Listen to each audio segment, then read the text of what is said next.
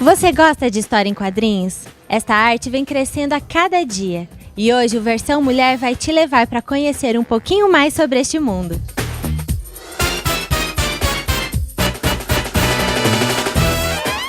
Quadrinhos, segundo o dicionário, é uma história narrada por meio de desenhos contidos em pequenos quadros. Elas agregam texto e imagem para transmitir uma sequência de acontecimentos. Chamada pelos admiradores de nona arte, essa técnica exige dedicação e cuidado com os menores detalhes. Eu estou aqui com o Eloir Pacheco, que é professor e fundador da Associação dos Quadrinistas de Londrina. Professor, como surgiu a história em quadrinhos? A gente poderia remeter já às cavernas, o homem buscando uma forma de expressão, uma forma de registro da sua própria história. Mas a comunicação de massa com os quadrinhos surge em 1862 com o personagem Alan Kidd em jornal nos Estados Unidos. Mas, para criar um recorte, 1862, em jornais em Nova York, surgiram os comics, as tirinhas, as comics strips. E é aí que, nessa comunicação de massa, surgem as revistas. Alguém percebeu que pegando esse jornal, que funcionava muito bem porque as vendas aumentaram com essas tirinhas, podia fazer tabloides dominicais. Os balõezinhos, como conhecemos hoje, foram criados por Richard Feynman, que teve uma daquelas ideias que faz a gente se perguntar: nossa, como não pensei nisso antes? E podemos dizer que a história em quadrinhos é uma arte, é literatura, como podemos defini-la?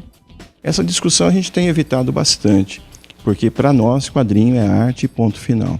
Mas nós temos uma arte híbrida nas mãos. Você tem que lembrar que para fazer uma história em quadrinhos você tem que entender de fotografia, que é uma perspectiva, um plano médio, um plano aberto.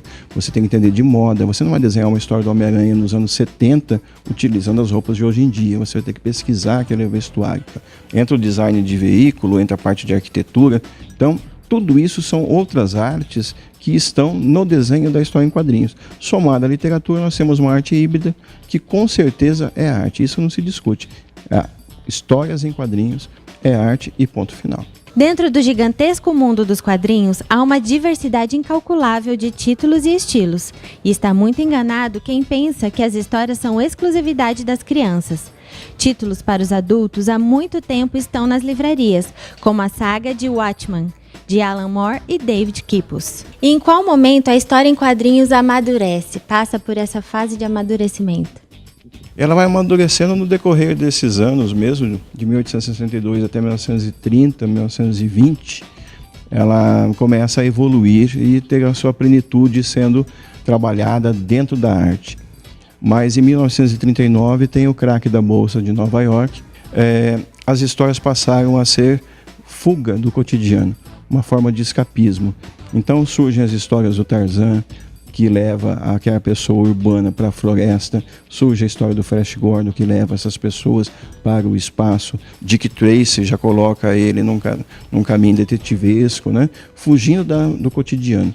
Aí eu acho que vem realmente o amadurecimento das histórias em quadrinhos. Agora, a pessoa ela tem técnicas para aprender a desenhar. Essas técnicas são possíveis serem desenvolvidas ou tem que haver um dom natural? Todos acham que quadrinista, que um desenhista, já nasce desenhando, etc. Eu também acho que a criança desenha desde pequena e a gente acaba quebrando um pouco dessa magia do olhar que a criança tem. Mas primeiro vem o talento, mas a gente diz que 2% é talento, 98% é transpiração. É onde entra a técnica. Aí vai aprender a usar o nanquim, vai aprender a usar a borracha de forma adequada, vai entender que tipo de papel é melhor para ele, quando se usa um lápis ou se usa tinta e assim por diante. Então a proporção, a perspectiva, o desenho da anatomia da figura humana, da figura animal, tudo isso tem que ser estudado. E tudo isso é técnica. Pode ser autodidata. Nós temos grandes universidades hoje. Aqui em Londrina nós temos sendo oferecidos cursos de desenho industrial, design gráfico, que são áreas correlatas às histórias em quadrinhos e que utilizam. A própria área de comunicação usa os storyboards para poder fazer a propaganda, cinema também usa os storyboards, que não deixa de ser um tipo de história em quadrinhos. Mas para você se profissionalizar, você tem que aprender as técnicas. E aí é um exercício mesmo de cotidiano. É um trabalho de dia a dia que tem que ser feito pelo desenhista. Só o talento não basta. Professor, e aqui nós observamos 2 tipos de técnicas diferentes. Quais são as diferenças? O que podemos identificar aqui? As técnicas são gritantes, bem diferentes mesmo. O Fernando trabalha com o grafite no papel, que é o tradicional, é o que vem sendo desenvolvido há mais de um século. E o Mário desenvolve a parte digital. Ele já não tem nenhum esboço escaneado que se coloca no computador para fazer um acabamento. Ele já desenha direto a figura humana, o desenho que ele estiver fazendo, no digital. E quem quiser começar, iniciar nessa trajetória, onde que a pessoa pode buscar aula, informação? Geralmente os desenhistas são autodidatas, mas hoje nós temos universidades com desenho industrial, design gráfico, que trabalham tudo isso. Na minha época, vou colocar assim, ou você fazia arquitetura ou você não tinha o que fazer. Então, grandes desenhistas brasileiros são formados em arquitetura, desenhistas europeus formados em arquitetura, porque não tinham essas escolas. Hoje, nós mesmos, pela Associação dos Quadrinistas de Londrina, oferecemos várias oficinas de iniciação e desenvolvimento.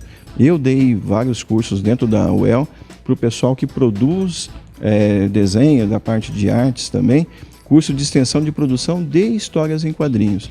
Então é só ficar de olho na nossa página na internet, sempre a gente está divulgando essas oficinas. Aqui no Instituto Cultural Brasil e Estados Unidos, nós estamos fazendo um trabalho já há 2 semanas com crianças na faixa de 8 anos até adultos na faixa de 20 anos.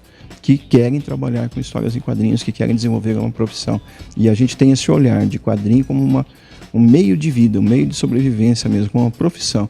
E é isso que nós passamos, isso que nós ensinamos. E existem alguns brasileiros que são referências em história de quadrinhos. Sim. Nós temos desenhistas como o Ivan Reis, que hoje desenha o Aquaman nos Estados Unidos, é um título super bem vendido. Nós temos o Rafael Buquerque desenhando o American Vampire, que ganhou prêmio também, é uma referência. Nós temos o Rafael Grampar, hoje escrevendo e desenhando uma história do Batman, é algo inédito para brasileiros.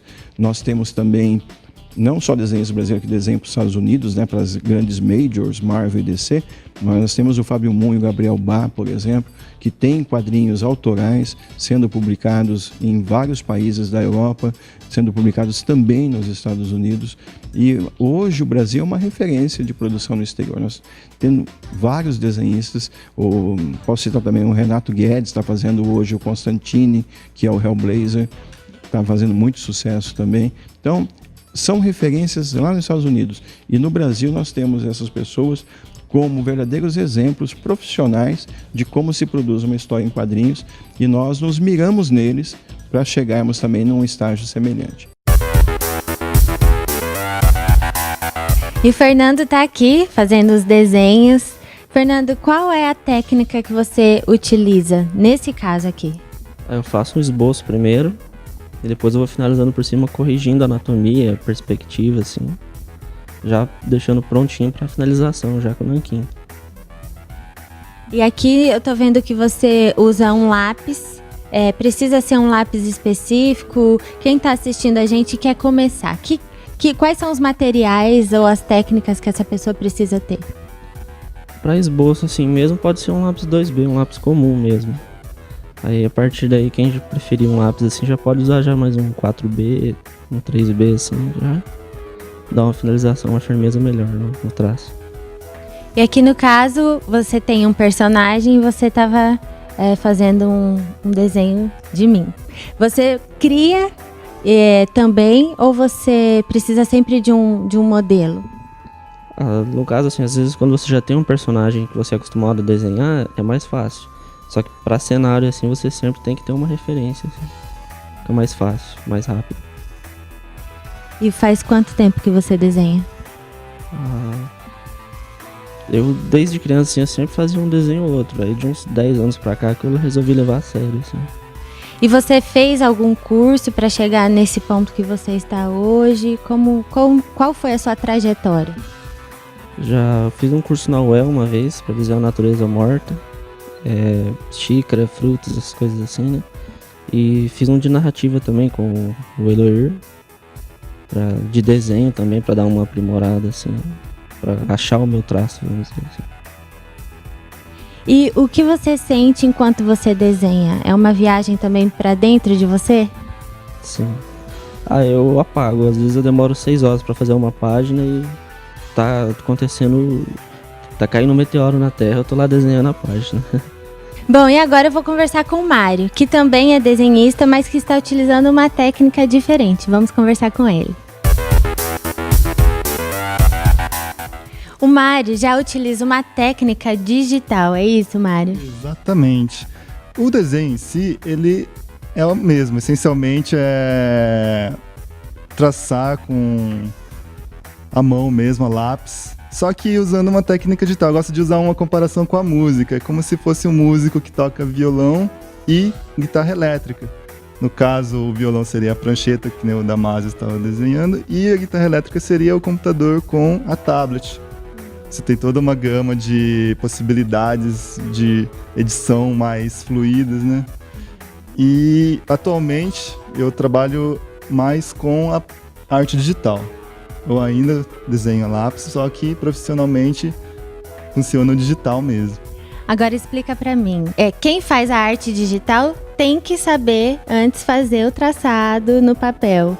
E agora, quem é um técnico aqui na parte digital, consegue também fazer esse trabalho? Como que é essa questão? É algo até que o Eloir Pacheco nos ensinou, que é mais fácil você ensinar a técnica para um artista do que você enfiar a alma de um artista num técnico. Mário, e como a arte começou na sua vida? Bom, se eu falar para você que eu lembro, eu tô mentindo porque eu não lembro. Eu lembro que lá por volta de uns 7, 8 anos eu já gostava de pegar papel de pão, uma caneta Bic e ficar rabiscando os personagens que eu gostava de assistir na TV. Jaspion, por exemplo, denunciando a minha idade.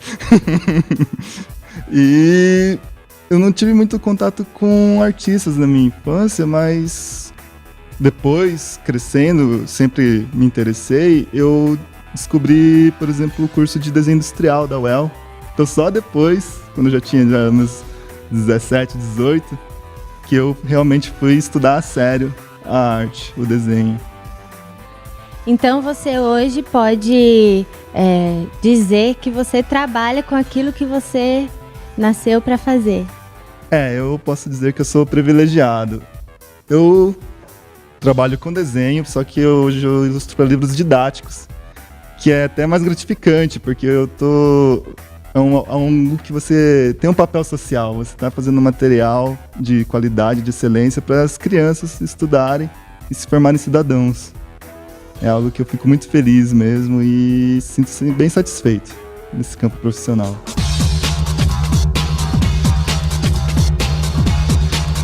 Mais do que uma profissão, um estilo de vida.